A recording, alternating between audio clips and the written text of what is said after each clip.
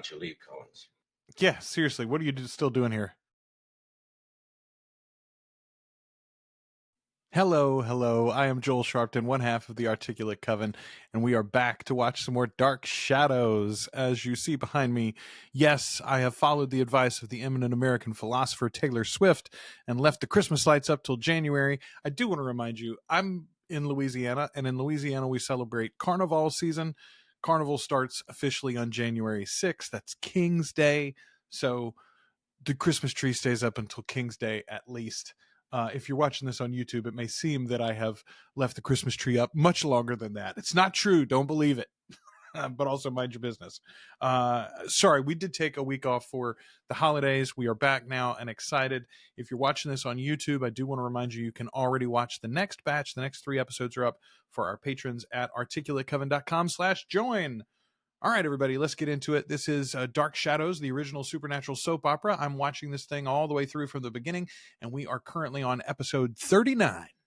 Fear that reaches down to others and holds them in its grip. A grip that draws more and more tightly every minute. Right here, before we even get started, I want to talk about some feedback that I've gotten on the last batch of episodes, because this is actually really important. So we've talked about some of the scandal. This fella, our new Sam 2.0 here, he ends up marrying the girl that plays Carolyn, the actress that plays Carolyn. But that's not what I want to talk about today. I have sort of complained because I don't feel like he's hitting, for me anyway, as well as the original Sam did. But I got some great feedback on this, and I want to talk about it here. Let's see.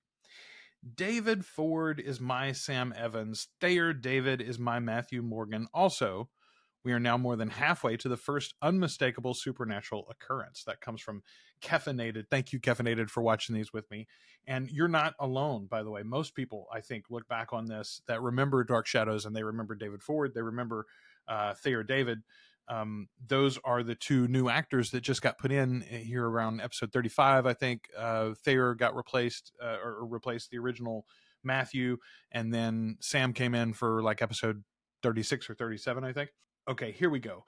I kept saying that I remembered David Ford here for something else, and I couldn't place him. Where do I remember him from? And Billy comes in, Bill Verno comes in and answers this. Thank you, Bill. The thing I remember that David Ford did was the role of John Hancock in the musical 1776. Yeah, me too. I'm a huge 1776 fan. I can't believe I didn't recognize him. The voice is unmistakable. Yeah, I really enjoy David Ford's John Hancock in 1776, and I'm sure that I'm going to love his Sam here on the show. I had also talked about how Victoria wanted to go to the late movie, and I was just flabbergasted at the idea that she would think she could see a movie at 11 or midnight in a town as small as Collinsport. But she points out Miss Winters grew up in New York City, so I would imagine a late movie was the norm back then. Also, she's been in Collinsport for a few days, so she hasn't gotten accustomed to movies not airing past 7 p.m. Lol. All right. And we've got some stuff from Matthew, but I'll get to that in just a little. Since I'm mentioning the movies, I'll say this. Zach Brahani says, my headcanon is Collinsport has an underground midnight movie circuit, and Victoria has interesting taste in films, big into exploitation to contrast her demeanor. Think about it. In a decade, she's watching Eraserhead. All right. Thanks, everybody, for that great feedback. Let's get into Sam Evans 2.0 here as we see what David could do. There's nothing on the face of this earth I can do to dissuade him. I don't want him connecting you and me in any way. I'm afraid it's a little too late for that. No, it's not. Not if you do. Collins, what I mean is, Burke's car just pulled up the driveway.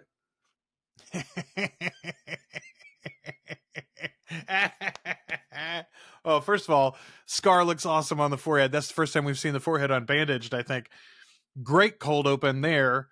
Super excited for this threesome with Sam and Roger and Burke. I hope it happens. I hope Roger doesn't try to sneak out the back or something. I can't let Burke find me here.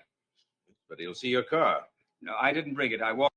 God, he is going to sneak out the back, isn't he? What's in there? Bedrooms? Yes. Get rid of him, Evans. I don't care how you do it. Just get rid of him. This thing's turning into a Roman bedroom for us suddenly. Next week. I could be able to do more justice to it then. But what if your hand is still shaky next week? Then you'll put it off again. And then again. No dice. Get him, Burke. Burke's like, I smell something fishy. $1,500 is too much, Burke. 1,000 will be fine. Oh, no. Now, we got a deal, and I want to stick to it.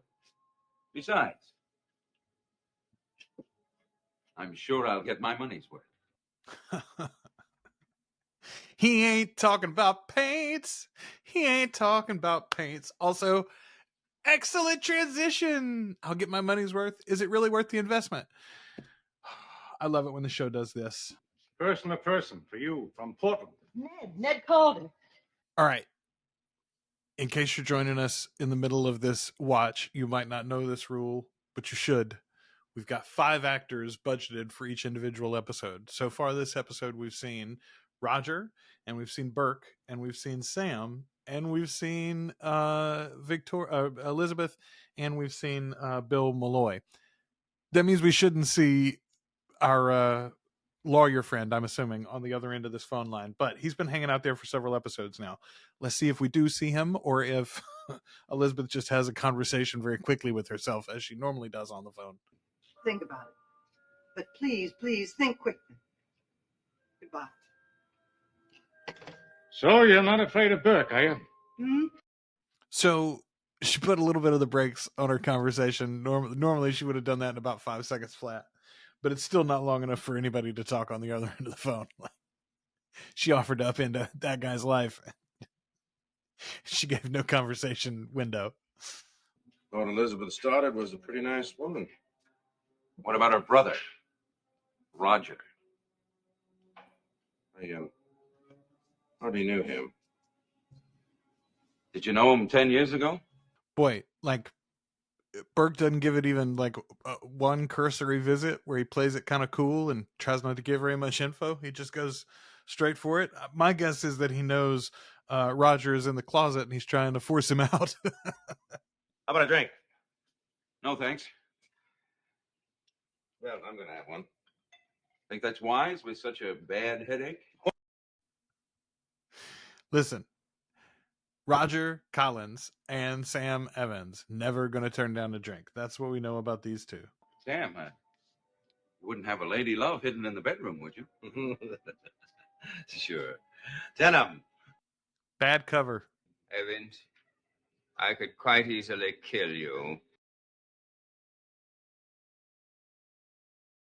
I don't know that we know that that's true. I mean, I don't know that he could just kill him. Sam Evans, the other Sam Evans was even more stout, honestly. But this guy looks like he can handle himself, drunk or not. Roger's a slight little man. Questions don't mean a thing. The only points of values are answers, and I didn't give him any. I'm sure you heard that, too. How can I be certain you won't give him any answers? I mean, that's fair. Like, he evaded, but he's also a drunk who ended up accidentally telling Burke that he doesn't have headaches. I might let you have 6. You could go to California. You could start painting again, Evans. You could pack up your paints and your easel. And my conscience, too. Aren't you forgetting that?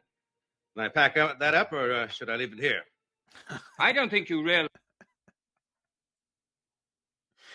All right. That was a good one. That was a good little tete-a-tete there from David Ford. Oh, if you'll excuse me, I'm going to go in there and wash my hands.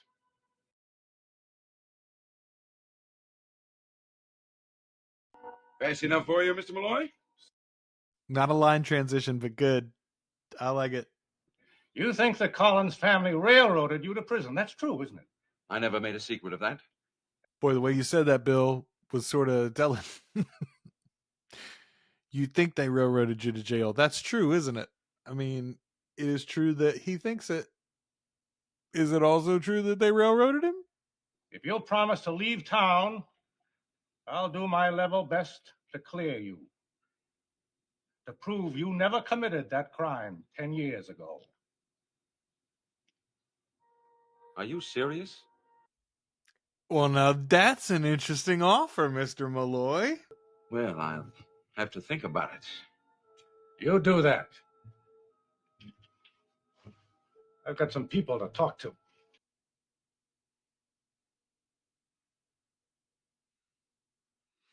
Good transition back, too. Why don't you leave, Collins? Yeah, seriously, what are you still doing here? Why don't you wait until sometime late at night when I'm walking along a lonely road? Would you get in your car and aim your headlights at me? You're lying! You wouldn't dare write a letter like that. Got nothing to lose. Sounds like he was describing a certain event 10 years ago, maybe. Did you ask your sister or Bill Malloy or that new woman up in the hill? Did I hear my name mentioned? Shouldn't keep your door open, Sam, if you don't want company.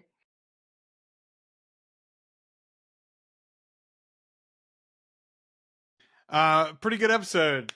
39 off to a rare end start. Still don't have a good answer on why the letters are not straight on the credits. This is the one outstanding production fact that I haven't been schooled on yet. Hopefully somebody can let me know. Episode 39 there. I can't believe we're in the 40s now, but episode 40 coming up in just a few minutes, so stay tuned for that. And of course, if you're watching these on YouTube, you can catch 42, 43, 44 already over on our Patreon, articulatecoven.com/join. $2 or more a month. Get you access to everything we do early and ad-free. Thank you to all of our patrons for making these videos possible.